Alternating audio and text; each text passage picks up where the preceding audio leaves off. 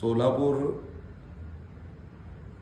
महानगरपालिकाच्या हद्दीमध्ये जे डेव्हलपर, जे बिल्डर लोकांनी जे सर्वसामान्य लोकांची फसवणूक करून या ठिकाणी बेकायदेशीर बांधकाम करणं, बेकायदेशीर जागा बळकावणं, बेकायदेशीरपणे जे आरक्षित जागा आहेत ते जागा न सांगता या ठिकाणी महानगरपालिकेच्या लोकाला संगनमत करून त्या ठिकाणी परवाना न काढणं, परत बेकायदेशीरपणे या ठिकाणी अपार्टमेंट उभा करणं, रो हाऊसेस उभा करणं, या पद्धतीने सोलापूर शहरामध्ये मोठ्या प्रमाणात हा प्रकार चालू आहे।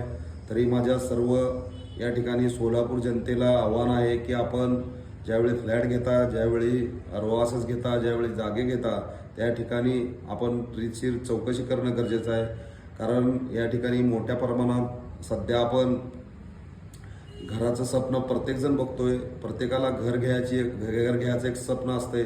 कोणी आपल्या मुलासाठी घर घेते, कुणा तो या ठिकाणी आपण घर घेत असताना ती जे फ्लॅट आहे, जे अपार्टमेंट आहे, जे रो हाऊसेस आहेत ते लिगली अनलिगली आहेत का, ही चौकशी करा।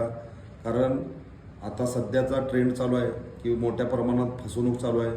आणि या माध्यमातून मी सोलापूरचे महानगरपालिका आयुक्त आहेत यांना माझा प्रश्न आहे की ज्यावेळी हे लँड माफिया ज्या पद्धतीनं बांधकाम करण्याचा परवाना किंवा अपार्टमेंटचा परवाना या ठिकाणी आपल्या महापालिकेकडून